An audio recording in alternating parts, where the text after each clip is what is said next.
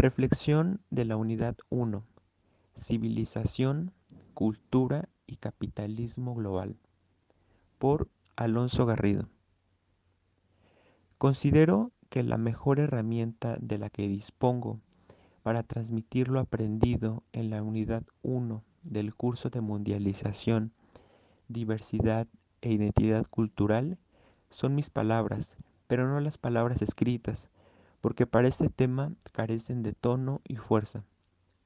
Así que, para compartir mi reflexión sobre los conceptos de civilización y cultura en el contexto del capitalismo global, he decidido realizar este pequeño video donde pretendo recuperar las principales ideas de los textos de Norbert Elias, Adam Cooper y Bolívar Echeverría al respecto de la cultura como un concepto que está en contraposición del concepto de civilización.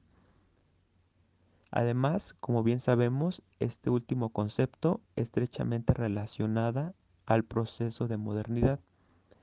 Además, el presente video lo acompañaré de imágenes e ilustraciones con el objetivo de hacerlo más interactivo y dinámico.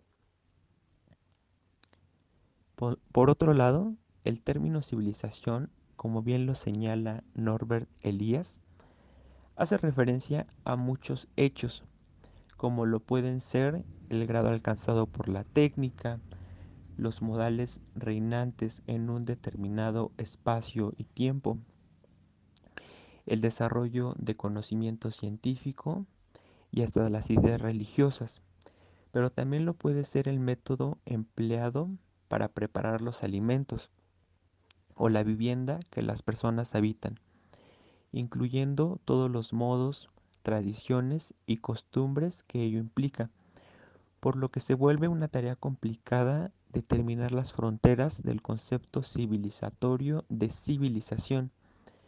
Dicho concepto resume todo aquello que la sociedad de Occidente de los últimos siglos cree llevar de ventaja con respecto a las sociedades anteriores o contemporáneas a ella. Esto fetichizando su estilo y formas de ver la realidad frente a las demás, calificándolas de primitivas. En otras palabras, el concepto de civilización nace a la par de su desarrollo industrial y cumple una función discursiva. Sin embargo, civilización, al igual que cultura, es un concepto que no significa lo mismo en todas las partes, inclusive dentro de Occidente. Resulta interesante que este concepto, tanto en Francia como en Inglaterra, civilización resuma el orgullo que inspira la importancia de la nacional en su conjunto al desarrollo, mientras que, por el contrario, para los alemanes encuentran el significado de tal contribución en la definición de cultura, una visión que separa la exterioridad del ser con la espiritualidad de las personas, aunque hoy en día sean usados casi transparentemente. Ahora bien, hasta este punto pareciera que este video es tarea de un lingüista o quizá de algún historiador, pues bien podría comenzar a desarrollar por qué tales conceptos a través de los años se fueron distanciando o acercando el uno del otro mediante el uso, o bien podría continuar hablando de acontecimientos específicos que impactaron en la configuración de sus significados, lo cual, si bien me parece muy interesante, pero considero que no es la línea de esta reflexión.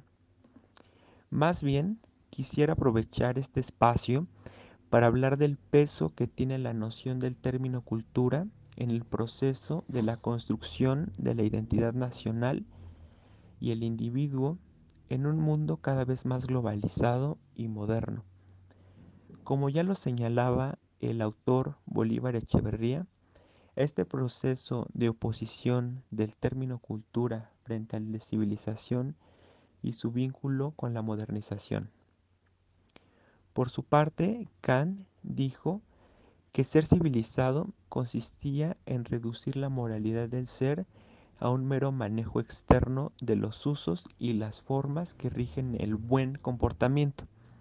Entiéndase que en su momento se refería a las cortes de estilo versallesco, con indiferencia respecto al contenido que lo pudo haber vivificado en un tiempo. En ese sentido, ser culto en ese tiempo era poseer la capacidad de crear nuevas formas, de crear formas a partir de contenidos inéditos. Para ir concluyendo de alguna forma la presente reflexión, me gustaría traer a la mesa lo que enuncia un catedrático en filosofía llamado Pedro Gómez cuando menciona que se debe avanzar hacia una civilización universal, pero que ésta debe estar fundada en la unidad de la integración de la diversidad. Para ello se debe exigir o exige un imperativo categórico, el de promover a la vez y en todas partes la unidad y la diversidad. Es preciso preservar la pluralidad de las culturas y más que abrirlas, adaptarlas y mejorarlas a la interacción. Finalmente, la vida de múltiples pertenencias culturales nos abre el horizonte y el panorama a la búsqueda de ciudadanos del mundo que estén dotados con identidades concéntricas y multipolares, componentes en último término de una identidad terrestre, en cuanto miembro de la humanidad una y diversa, en la casa común que es el planeta. Y bueno, pues hasta ahí me gustaría dejar la reflexión de la unidad 1.